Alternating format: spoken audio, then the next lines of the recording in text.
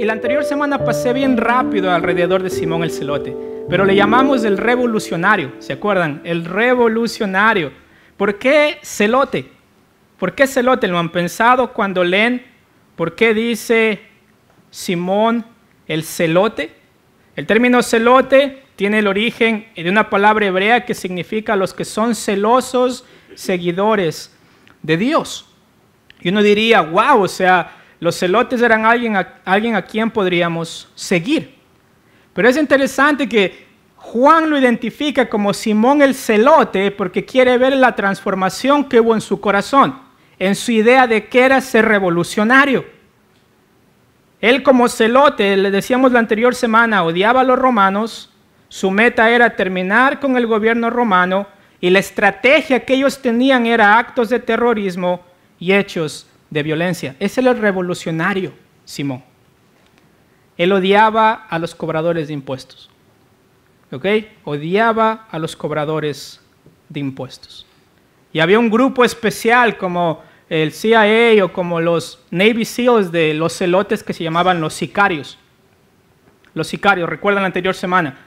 Los sicarios tenían una navaja que tenía como una curva.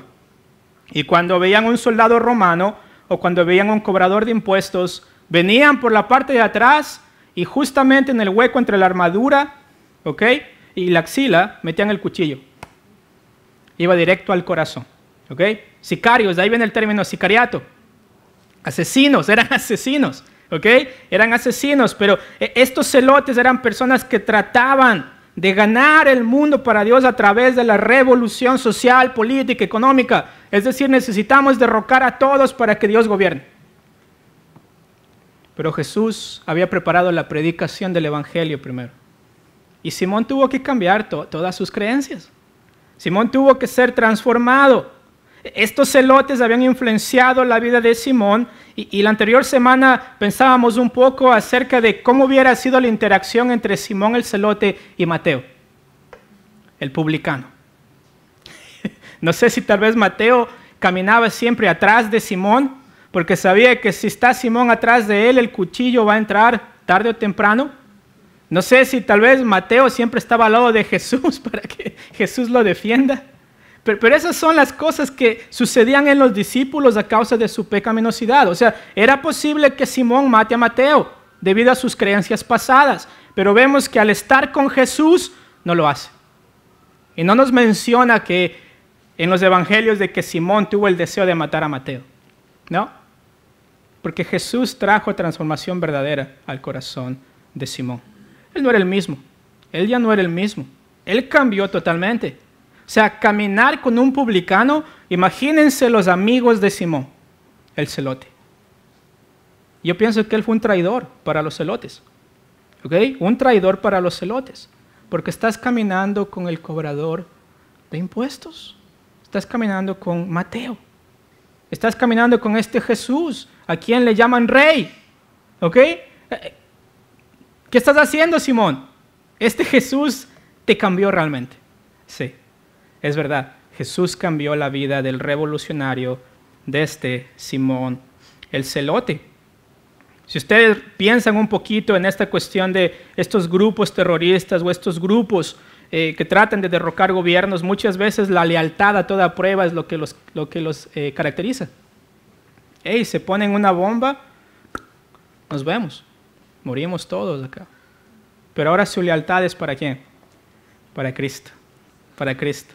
Su lealtad es para Cristo. Su relación es con hermanos que están siguiendo a Cristo. Su nueva motivación es agradar a Cristo. Ahora ya no es el revolucionario para los celotes, ahora es un revolucionario para Cristo. Y lo que se revolucionó fue su corazón. Ya no era el mismo. Ya no le importa mucho derrocar al gobierno romano.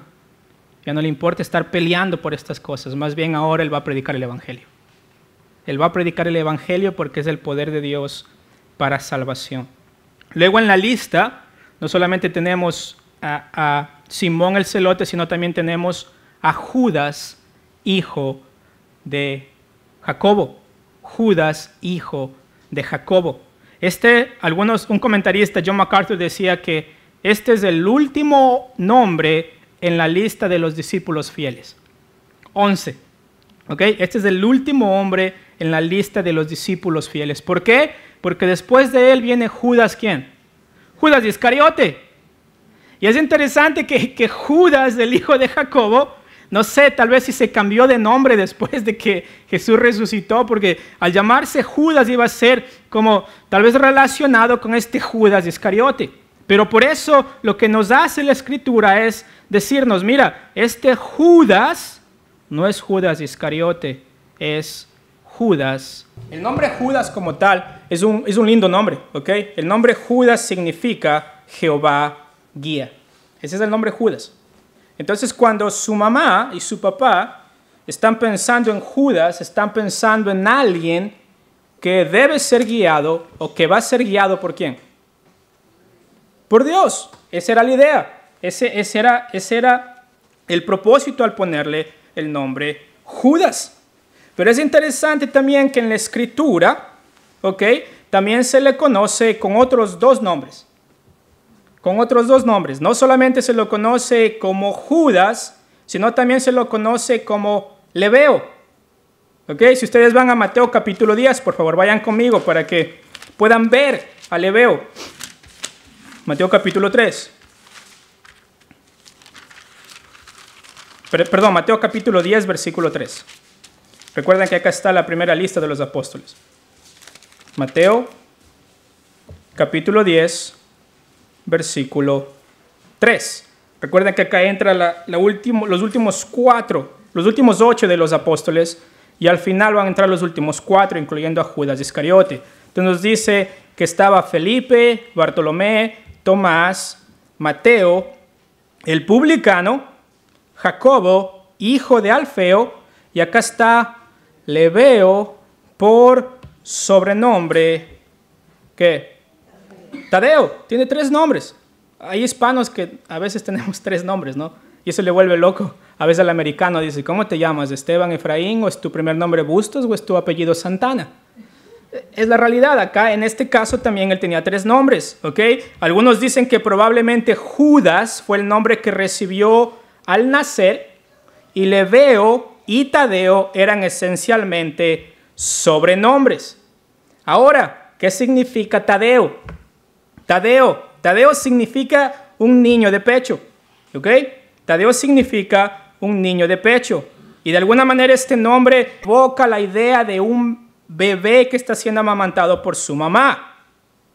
Inclusive un comentarista decía que tal vez Judas, el hijo de Jacobo, era el niño preferido de su mamá, o el niño más querido de su mamá. Tal vez era el menor de la familia y por lo tanto también le decían Tadeo, porque era el más niño. Es en mi caso, yo soy el menor de la familia y cuando llamo a mi mamá, mi sobrina dice, abuelita le llama el más querido. Pero es porque estoy lejos. Pero quizá haya sido el menor, el bebé entre varios hermanos, y su nombre Lebeo, no solamente Tadeo, sino que su nombre Lebeo también viene de una raíz hebrea que se refiere al corazón. ¿Ok? Y significa niño del corazón. Es interesante. O sea, Judas es Jehová guía, Lebeo, ¿no es cierto? Es este niño de mamá, perdón, Tadeo es este niño de mamá y Lebeo es este niño del corazón. ¿Qué nos está diciendo acerca del carácter de Judas acá? ¿Qué nos está diciendo acerca del carácter de Judas, el hijo de Jacobo? No Judas Iscariote, ¿ok? No los confundan. Este es Judas, el hijo de Jacobo. Yo creo que nos dice algo muy interesante y yo creo que habla acerca del corazón de Judas, ¿ok? El hijo de Jacobo. Yo creo que lo está identificando como alguien que tiene un corazón tierno. Alguien que tiene un corazón sensible. Y es interesante relacionarlo con este corazón sensible a su relación que él tenía con el Señor. Su relación que él tenía con el Señor. ¿Por qué? Porque tenemos a los Pedros, ¿no es cierto? Estos Pedros que dicen, Señor, si algo pasa, Señor, yo saco mi navaja y le corto la oreja. Tenemos a los Jacobo y Juan que dicen, Señor, ¿quieres que mandemos fuego? Y les pusieron como sobrenombre los hijos del trueno. Tenemos a estos Andrés que no tienen problema de traer a la gente a Jesús, de presentarle a Jesús. Igual a Felipe también trae personas a Jesús. Tenemos a Mateo que tiene estos amigos que él quiere traer a Jesús. Pero con Judas yo creo que lo que están haciendo acá los evangelios es mostrando a alguien que es más sensible, más tranquilo. No tiene un carácter tan fuerte, ¿ok? No tiene un carácter tan fuerte, es decir, no es tan explosivo, es alguien más tranquilo. Y yo creo que en la clase de evangelismo estamos entendiendo esto un poquito más, porque a veces uno dice, yo no evangelizo, ¿por qué? Porque soy medio tímido. ¿Okay? Es decir, ¿cómo el Señor puede usar a alguien que es medio tímido? ¿Cómo el Señor puede usar a alguien que es más tranquilo? Es decir, yo no tengo la voz para salir y con una voz, ¿no es cierto?, de megáfono, decir a la gente, arrepiéntete porque el reino de Dios ha llegado. Pero me parece que Judas ejemplifica a estas personas que dicen, Señor, yo te quiero servir, ¿ok? Pero tal vez no tengo el ímpetu que otros tienen debido a su carácter. Pero hay una ternura en el corazón en su cercanía a Jesús. Hay una ternura en el corazón en su cercanía a Jesús. Es decir, hay un acercamiento más íntimo a Jesús. Hay una dependencia más íntima de Jesús. Es como que este hombre quiere, a sí mismo que estaba cerca de su mamá, a sí mismo que era el amado de su mamá. Ahora es interesante que este hombre quiere estar cerca de Jesús y quiere ser el amado de Jesús. Hay alguien que quiere estar con Jesús y con su corazón tierno le permite estar con Jesús. Y esto lo vemos más claro en Juan capítulo 14. Porque en Juan capítulo 14 nos menciona una instancia en la cual se menciona a Judas, y cómo él habla con Jesús. Y yo creo que podemos ver la ternura del corazón de Judas con la pregunta que le hace a Jesús. ¿Ok? Miren lo que dice el versículo 15, Juan 14, versículo 15. Recuerden que Jesús está hablando acerca de que Él es el camino al Padre. No hay salvación fuera de Jesucristo, es decir, Él es el único camino, Él es la única verdad y Él es la vida. Nadie viene al Padre sino solamente a través de Jesús. Entonces es interesante que en esta sección vamos a ver un poco de ese carácter reflejado en la pregunta que hace Judas. Miren lo que dice el versículo 15. Si me amáis, guardad mis mandamientos. Y yo rogaré al Padre y os dará otro consolador para que esté con vosotros para siempre, el Espíritu de verdad, el cual el mundo no puede recibir porque no le ve ni le conoce, pero vosotros le conocéis porque mora con vosotros y estará en vosotros. Acá estamos viendo un discurso de parte de Jesús a los discípulos que van a llevar la batuta de la predicación del Evangelio. ¿Entendemos esto? Entonces les dice en el versículo 18, no os dejaré huérfanos, vendré a vosotros. ¿Con quién creen que esto tiene una resonancia en el corazón? Yo creo que con Judas. Yo creo que con Judas, el hijo de Jacobo. Porque está hablando de yo no los dejaré huérfanos. Y es interesante que en el carácter de Judas, él no quiere ser huérfano. Él quiere ser cuidado. Él quiere estar cerca de la persona a la cual ama. Pero Jesús establece y dice, si me amáis, guardad mis mandamientos. Entonces Judas está escuchando esto. Y Judas escucha que recibirán el Espíritu Santo de Dios. Y Judas escucha que Jesús no les dejará huérfanos. Entonces él comienza a escuchar esto y luego en el versículo 19 dice, todavía un poco y el mundo no me verá más, pero vosotros me veréis. Todavía un poco y el mundo no me verá más, pero vosotros me veréis. Porque yo vivo, vosotros también viviréis. Qué hermosa promesa. O sea, Jesús les dice, caminen conmigo, ¿ok? Es decir, confíen en las palabras que yo les estoy diciendo.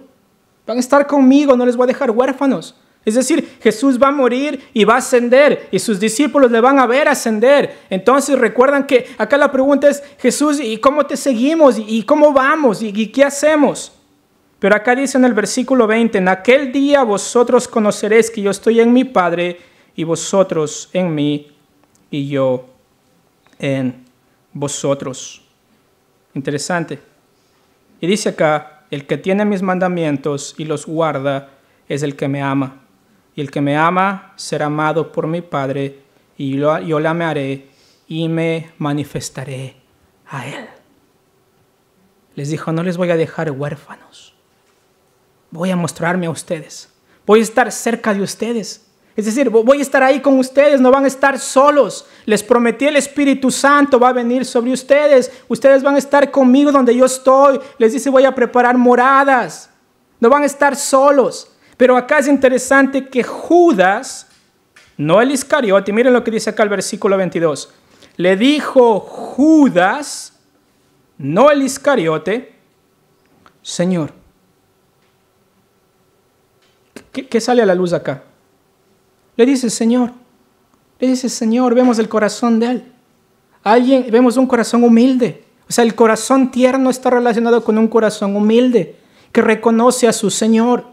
Y esto es importantísimo, porque la pregunta que viene no es una pregunta para encontrar una posición o tal vez que decirle a Jesús, pero ¿qué vamos a hacer? Jesús, ¿qué va a pasar? La pregunta de Judas tiene que ver con la humildad que está demostrando el corazón de él. Y dice acá, Señor, ¿cómo es que te manifestarás a nosotros y no al mundo? Es interesante esta pregunta. Porque luego en el versículo 23, no vemos que Jesús lo corrige, no vemos que Jesús lo regaña, como cuando hizo con Pedro, cuando Pedro le dice a Jesús, que esto no suceda cuando hablaba de la cruz. Jesús le dice, aléjate de mí, Satanás, porque sabía que estaba tratando de parar su ida a la cruz. No vemos esto, pero entendemos esta pregunta en la cual Judas está diciendo, Señor, ¿quiénes somos nosotros? Esto es importantísimo.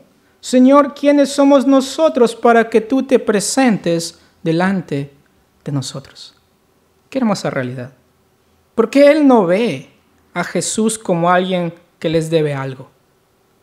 Él no ve a Jesús como la persona que tiene que venir a responder a todas sus necesidades, sanarle todas sus enfermedades, hacerle una vida exitosa y próspera en este mundo. Más bien Él dice, Señor, ¿por qué nosotros? ¿Por qué yo, Señor?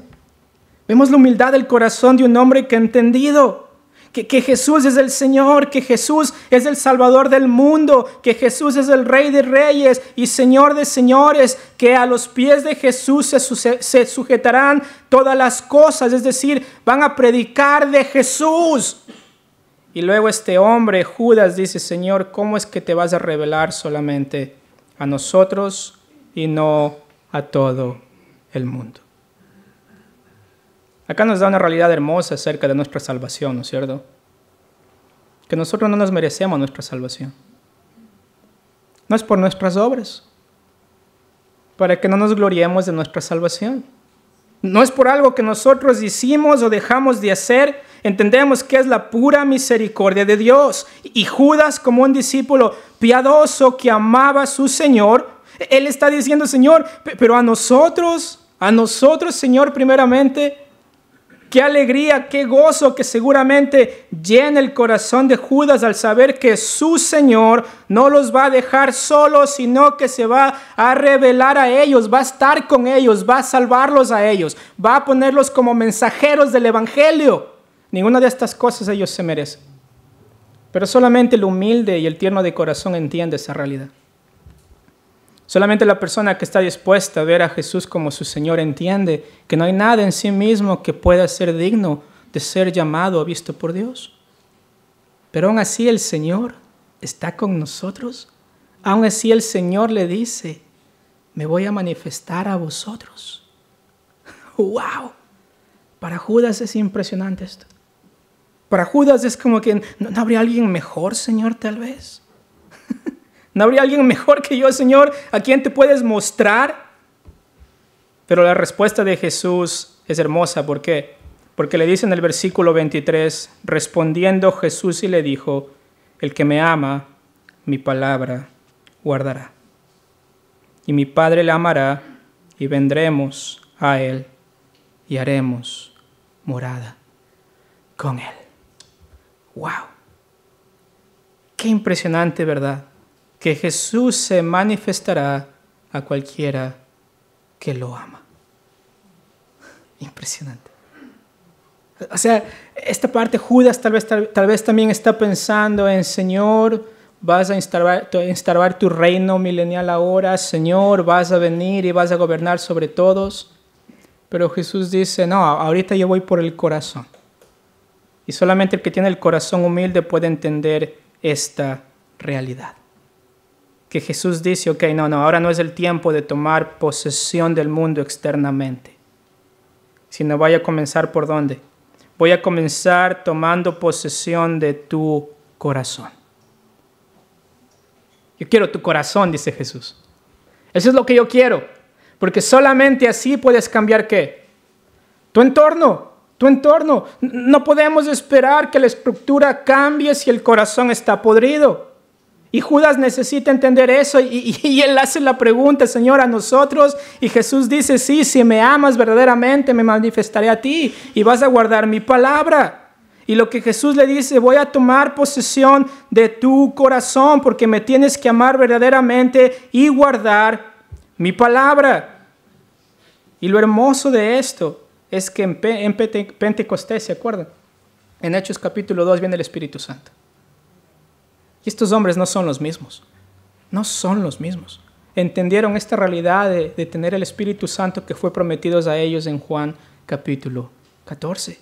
Entienden qué significaba que Jesús no los iba a dejar huérfanos. Entienden qué significaba realmente que Jesús iba a tomar posesión de su corazón para que ellos puedan obedecer la palabra del Señor y para que ellos demuestren que aman realmente a Jesús. No por algo externo, sino por algo que nace realmente de su corazón. Y mis hermanos, déjenme preguntarles esta mañana, ¿quién tiene su corazón? ¿Quién tiene tu corazón esta mañana? ¿Están esperando que el mundo sea transformado para decir ahora sí, Jesús tiene el control? ¿Están esperando que tal vez venga algo afuera que transforme la estructura y que podamos decir, ahora sí puedo ser un cristiano, ahora sí puedo vivir como un cristiano? ¿Están esperando que se vayan todos los males, todas las enfermedades, que se vaya absolutamente toda prueba para decir, ahora sí puedo ser cristiano? Mis hermanos, si Jesús tiene su corazón, no importa lo que venga, no estamos huérfanos. El Señor no nos ha dejado huérfanos. Es hermoso cuando dice Jesús que el que me ama guarda mi palabra y es amado por mi Padre y vendremos a Él y haremos morada con Él. Es increíble esa relación íntima que tenemos con nuestro Dios que está en los cielos. Esa relación íntima, no solamente si hay una relación de Señor, ¿no es cierto?, de un amo y nosotros esclavos, pero va más allá. Hay una relación íntima de amor en Cristo Jesús que nosotros podemos vivir como creyentes en medio de un mundo que no está como nosotros queremos, en medio de un mundo que tal vez cada vez está peor. Pero mis hermanos, es posible vivir como hijos de Dios, como discípulos de Cristo, si Jesús tiene nuestro corazón. Y acá Jesús es muy claro cuando dice, haremos morada con Él. Es una obra de Dios. Jesús dice, hey, ¿me amas? ¿Ok? ¿Es por qué? Porque el Padre le ama, porque ellos vendrán a nosotros y harán morada en nosotros. Qué hermosa realidad. Que ustedes pueden atravesar las pruebas porque el Dios del universo está con ustedes y está en ustedes. Eso es lo que Judas necesitaba entender con ese corazón tierno que él tenía, con ese corazón humilde, que tal vez no va a venir ahora a mostrarse a todo el mundo en todo su glorioso reino, pero va a mostrarse a cada creyente, salvándolo a través de la predicación del Evangelio.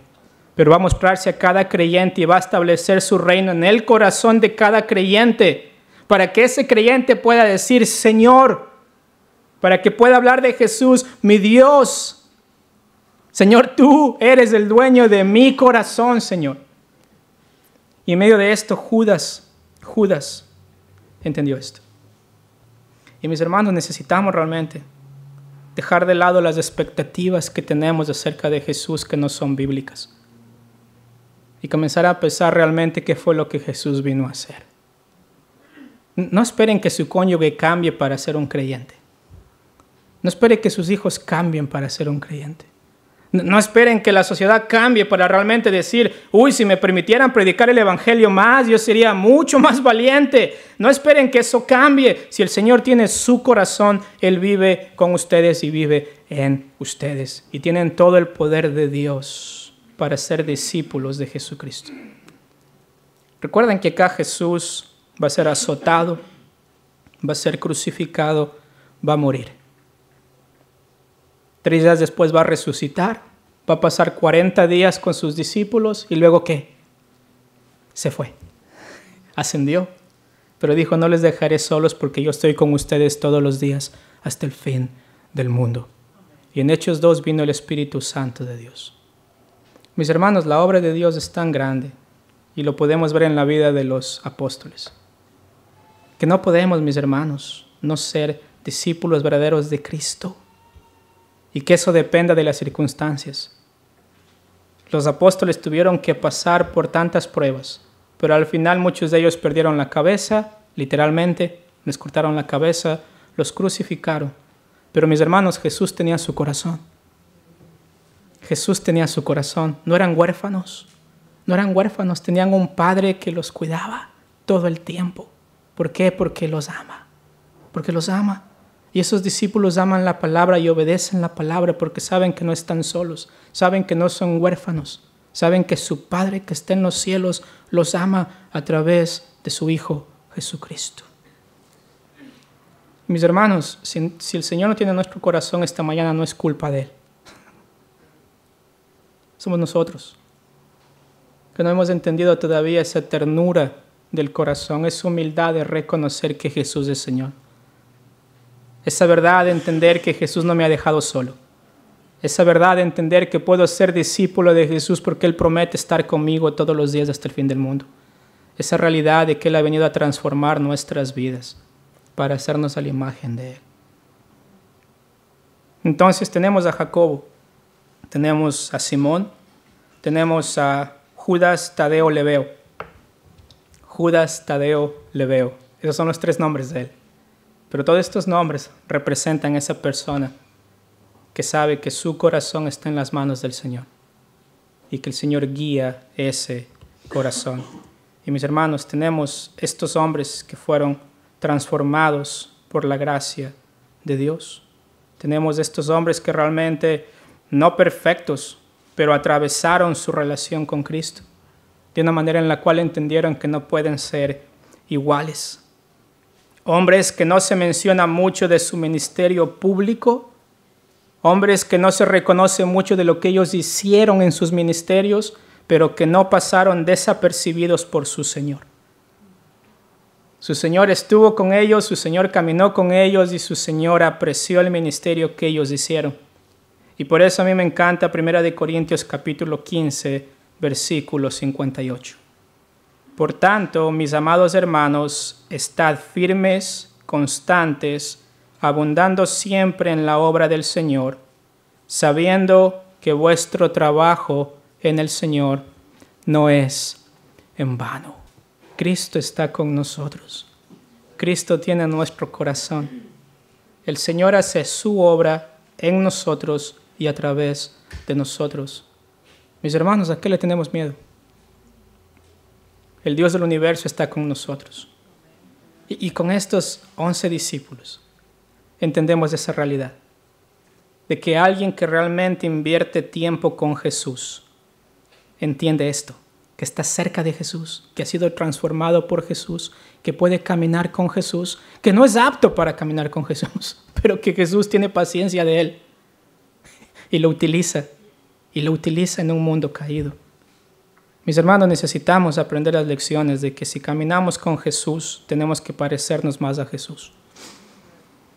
Y saber que lo que nosotros hacemos por el Señor no pasa desapercibido. No pasa desapercibido. Tal vez alguno de nosotros va a dar su vida por la causa de Cristo. Mis hermanos, gloria a Dios por eso. Porque el trabajo que hacemos para el Señor nunca es en vano. 1 Corintios capítulo 15, versículo 58. Vamos a orar. Amado Señor, gracias por su palabra esta mañana. Y Señor, rogamos que en su gracia usted aliente nuestro corazón, Señor. Rogamos, Señor, que en su misericordia, al ver el ministerio anónimo de Jacobo, al ver, Señor amado, esa revolución en el corazón de Simón y esa ternura del corazón, Señor amado, de Judas, nosotros podamos venir delante de usted y saber que no somos diferentes, Señor. Saber que no somos diferentes, que necesitamos de Cristo. Y ruego, Señor amado, que el día de hoy, al reflexionar y al meditar en su palabra, Señor, podamos venir con un corazón humilde y saber que usted es nuestro Padre, porque estamos en Cristo Jesús y somos amados por el Padre, porque estamos en Cristo Jesús y podemos obedecer la palabra, porque el Espíritu Santo de Dios habita en nosotros y no estamos huérfanos. Usted está con nosotros todos los días hasta el fin del mundo.